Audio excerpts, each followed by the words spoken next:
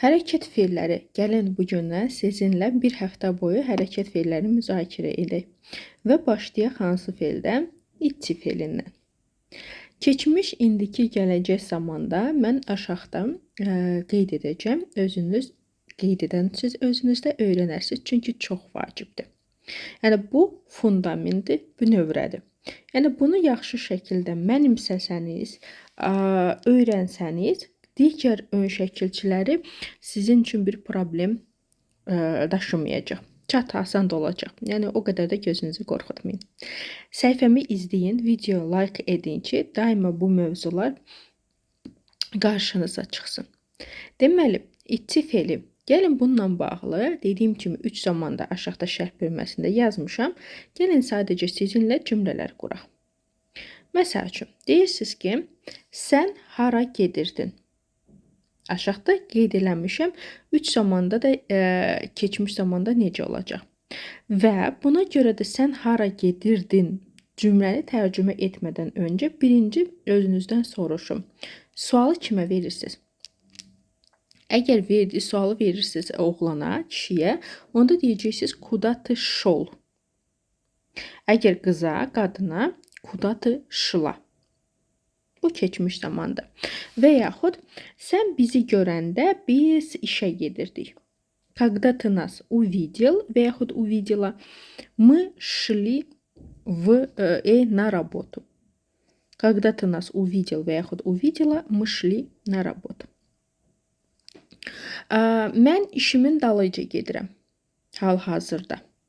Düzdürmü? Deməli, indiki zamanda. Və bunu necə deyəcəyik?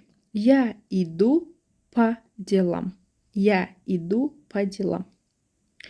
Bilmirsən o hara gedir. Bilmirsən o hara gedir. Не знаешь, куда он və yaxud она идет. Не знаешь, куда он və yaxud она идет. Bilmirsən o hara gedir. Və yaxud biz dayanacağa gedirik. Baxın, görün şərh bölməsində biz nədir? Bəli, biz мы və мы olanda fe'lin sonu necə qutaracaq? İdiom. Deməli, biz dayanacağa gedirik. Mən rus dilində necə deyəcəm? Мы идем на остановку.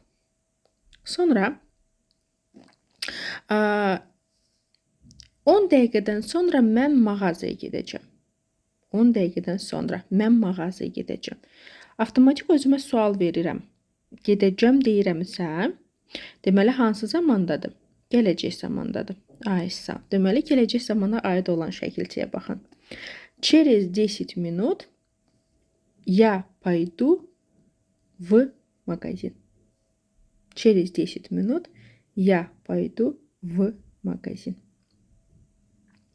Mən bugün heç bir yerə getməyəcəm.